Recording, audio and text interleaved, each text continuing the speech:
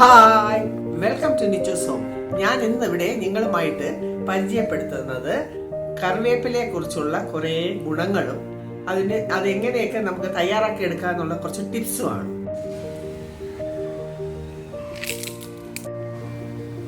സുഗന്ധവും രുചിയുമുള്ള കറിവേപ്പില നമ്മൾ നോൺ വെജിറ്റേറിയനും വെജിറ്റേറിയനും കറികളിലെല്ലാം ചേർക്കുന്ന ഒരു അത്ഭുത ഗുണമുള്ള ഒരു ഇലയാണ്.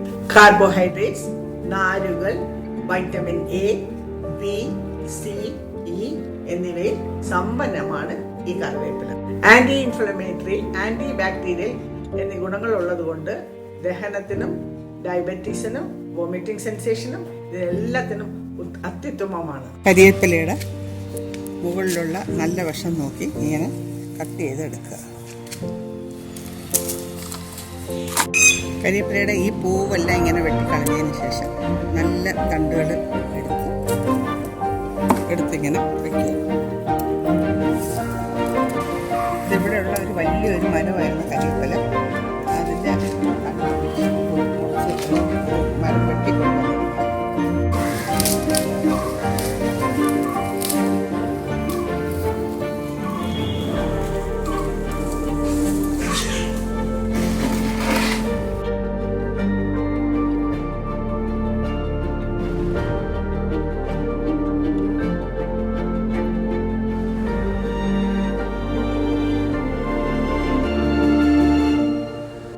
ഈ ചെറിയ ബ്രാഞ്ചസിൽ നിന്നും നല്ല ഇലകൾ ഓരോന്നായിട്ട് അടർത്തിയെടുക്കുക.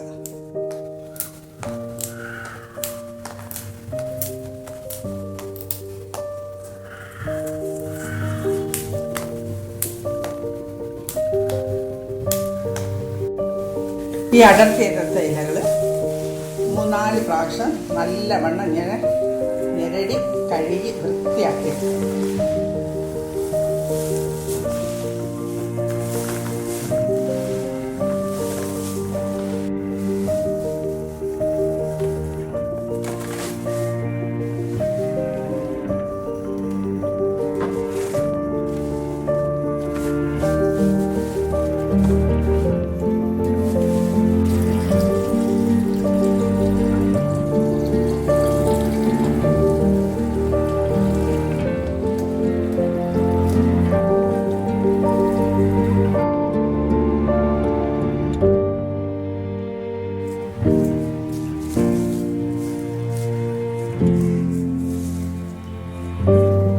മഴക്കാലത്ത് വേണമെങ്കിൽ നമുക്ക് ഇത് ഡ്രൈ ചെയ്തെടുക്കാം. എങ്ങനെയെന്ന് വെച്ചാൽ നമ്മൾ നല്ലവണ്ണം കഴുകിയതിന് ശേഷം വൃത്തിയുള്ള ഒരു തോർത്തിൻ്റെ അകത്ത് എടുത്ത് ഇത് വെച്ചതിന് ശേഷം 4 മൂലയും ഇങ്ങനെ കെട്ടുക.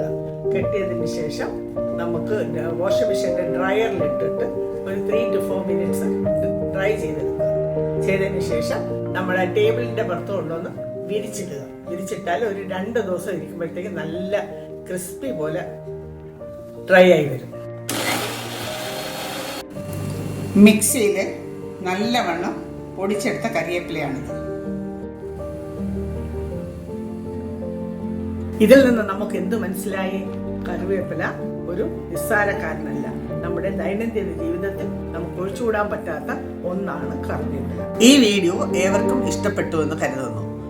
ഇഷ്ടപ്പെട്ടുവെങ്കിൽ please like, share and subscribe. Thank you for watching. Thank you. Bye.